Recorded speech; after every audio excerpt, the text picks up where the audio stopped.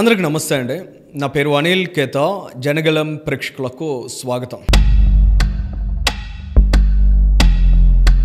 పంట పొలాల్లో చీడ పీడ అంటారు కదా, అటువంటి చీడ పీడ పంటలకు ఎంత నష్టమో ఇవాళ ఆంధ్రప్రదేశ్ రాష్ట్రానికి అంతకు మించిన నష్టంగా కనిపిస్తుంది. ఇవాళ ఆంధ్రప్రదేశ్ రాష్ట్రానికి పట్టిన చీడ పీడ ఎవరంటే వైఎస్ఆర్ కాంగ్రెస్ పార్టీ, ఆ పార్టీ అధినేత జగన్మోహన్ రెడ్డి, ఇంకా ఆయనకు తొత్తులుగా వ్యవహరించే సజ్జల రామకృష్ణారెడ్డి లాంటి వాళ్ళు కనిపిస్తున్నారు. ఆంధ్రప్రదేశ్ రాష్ట్ర ప్రజానీకం జగన్మోహన్ రెడ్డి గారిని నమ్మి ఆయన్ని విశ్వసించి 2019లో 151 సీట్లు ఇచ్చారు.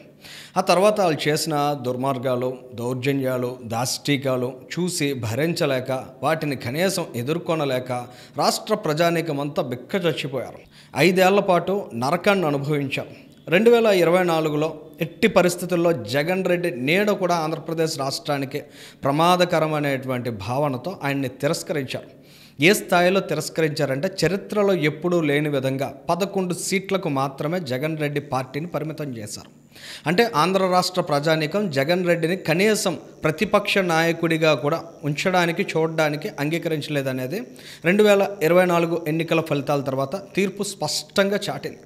కానీ జగన్ రెడ్డి గారికి కానీ, ఆ పార్టీ నాయకులు సజ్జల ఇతరత్ర నాయకులకు కానీ కనీసం సిగ్గు లేదా అనిపిస్తోంది. ప్రజా నిర్ణయాన్ని గౌరవించాల్సింది పోయి, శిరసావహించాల్సింది పోయి మూర్ఖంగా ప్రభుత్వాన్ని వేడుకుంటున్నారు, దిగజారి బతిమలాడుకుంటున్నారు. ఒక్కో సందర్భంలో ఎమోషనల్ బ్లాక్మెయిలింగ్ చేస్తున్నారు. జగన్ రెడ్డి అసెంబ్లీకి రావడానికి మొహం చూపించట్లేదు. ఆయన ప్రెజెన్స్ అసెంబ్లీలో అవసరం. ఎందుకంటే ఇవాళ ఆంధ్ర రాష్ట్ర ప్రభుత్వంలో 3 పార్టీలు కూటమిగా పోటీ చేశాయి. ఇవాళ అసెంబ్లీలో కూడా ఆ కూటమి పార్టీలు మాత్రమే ఉంటున్నటువంటి సందర్భం. ఏదైనా 11 సీట్లు వచ్చినప్పటికీ కూడా జగన్ రెడ్డి గారు ఆ పార్టీకి సంబంధించిన ఎమ్మెల్యేలను తీసుకొని అసెంబ్లీకి వచ్చినట్లయితే ఖచ్చితంగా అసెంబ్లీ కావచ్చు, అసెంబ్లీ స్పీకర్ కావచ్చు, ఆయనకి తగిన ప్రాధాన్యత ఇవ్వడానికి అవకాశం ఉంటుంది. కానీ ప్రతిపక్ష హోదా, ప్రధాన ప్రతిపక్ష హోదా ఇస్తేనే నేను అసెంబ్లీకి వస్తానని మొండి చేయడం, అటువంటి మూర్ఖమైనటువంటి ఆలోచనని రిఫ్లెక్ట్ చేయడం అనేది ఖచ్చితంగా జగన్మోహన్ రెడ్డి గారి నైజం ఎంత దిగజారిపోతుందనే దానికి అర్థం పడుతుంది. ఇవాళ ముఖ్యమంత్రి చంద్రబాబు నాయుడు గారు చాలా స్పష్టంగా చెప్పారు. జగన్మోహన్ రెడ్డి గారు రోడ్ల మీద తిరుగుతూ అసత్యాలు ప్రచారం చేసుకుంటూ ప్రెస్ మీట్లు పెట్టి తన పెయిడ్ ఆర్టిస్టుల ముందర నోటికి వచ్చిన అబద్ధాలన్నీ చెప్పడం కాదు, ఆంధ్రప్రదేశ్ రాష్ట్ర అసెంబ్లీలోకి వచ్చి సమస్యలని తాను భావిస్తున్న వాటిని ప్రస్తావించినట్లయితే ఖచ్చితంగా దానికి తగిన సమాధానం చెప్పడానికి అవకాశం ఉంటుందనే విషయాన్ని కూడా స్పష్టం చేశారు, సవాల్ విసిరారు. కానీ జగన్ రెడ్డి గారు మాత్రం అసెంబ్లీకి వచ్చే ధైర్యం చేయలేకపోతున్నారు, అటువంటి సాహసం చేయలేకపోతున్నారు. అసెంబ్లీకి వచ్చినట్లయితే తన 5 ఏళ్ల పరిపాలనలోని వైఫల్యాలన్నీ కూడా ఇవాళ ప్రజల ముందు బట్టబయలు అవుతాయి కాబట్టి ఆయన మొహం చాటేస్తున్నారు. మరి సజ్జల రామకృష్ణారెడ్డి అత్యుత్సాహంతో జగన్మోహన్ రెడ్డి మెప్పు కోసమో, లేదా ఆయనకి ఎలాగో ఈ ప్రతిపక్ష హోదా అనేది ఇచ్చి తగలెట్టరు అనేటువంటి కాన్ఫిడెన్స్తోనో వచ్చి ఈ విధంగా మాట్లాడుతున్నారు. ఒకసారి ఆయన మాటలు వినండి. ఆయన ఒక్క మాట, కోర్టులో కేసు ఉంది, సింపుల్గా ఆయన ఒక అఫిడవిట్ వేసేసి yes will give whatever ఆ ఫెసిలిటీస్ టైం రిలేటెడ్ సభలో ఫ్లోర్లో వ్యవహరించడానికి ప్రధాన ప్రతిపక్షంగా గుర్తిస్తాం అని ఒక మాట అనేస్తే జగన్మోహన్ రెడ్డి గారు వస్తారు. ఇంకెందుకు పొద్దుపోని మాటలు ఇవన్నీ కూడా, ఎందువల్ల మళ్ళీ చెప్తాను, నీకు ధైర్యం ఉంటే ప్రతిపక్ష హోదా ఇవ్వు, వచ్చేస్తాం. చిన్న మాట. ఏదో సినిమాలో వేణుమాధవ్ సీన్ ఉంటుంది, నోటికి వచ్చిన తప్పుడు సమాధానాలన్నీ చెప్పి సీట్ ఇచ్చేస్తారా అంటే అట్లా బఫూన్లా బిహేవ్ చేస్తున్నాడు సజ్జల రామకృష్ణారెడ్డి. ప్రజలు తీర్పిచ్చిన తర్వాత, ఎన్నికల వ్యవస్థలో ప్రజల తీర్పుని చూసిన తర్వాత కూడా ఇలా సిగ్గు లేకుండా ప్రభుత్వాన్ని దేబరించడం అంటే సజ్జల రామకృష్ణారెడ్డి, జగన్మోహన్ రెడ్డి ఏ స్థాయిలో వ్యవహరిస్తున్నారనేది చాలా స్పష్టంగా అర్థమవుతుంది. సజ్జల వంటి వాళ్ళు సుదీర్ఘకాలం నుంచి రాజకీయాలను గమనిస్తున్న వాళ్ళు కూడా ఇవాళ ప్రభుత్వాలు ప్రతిపక్ష హోదా ఇవ్వాలని కోరుకుంటున్నారంటే జగన్మోహన్ రెడ్డి ఒంటెత్తుపోకడా. ఆ రోజుల్లో శాశ్వత అధ్యక్షుడిగా ఆ పార్టీకి తాను నియమించుకున్నాడు. ఆయన తల్లిగారిని పక్కన చిన్న కుర్చీ వేసి కూర్చోబెట్టాడు. అంటే ఈయన స్థాయి పెద్దది, ఆమె స్థాయి చిన్నదని చూపించడానికి.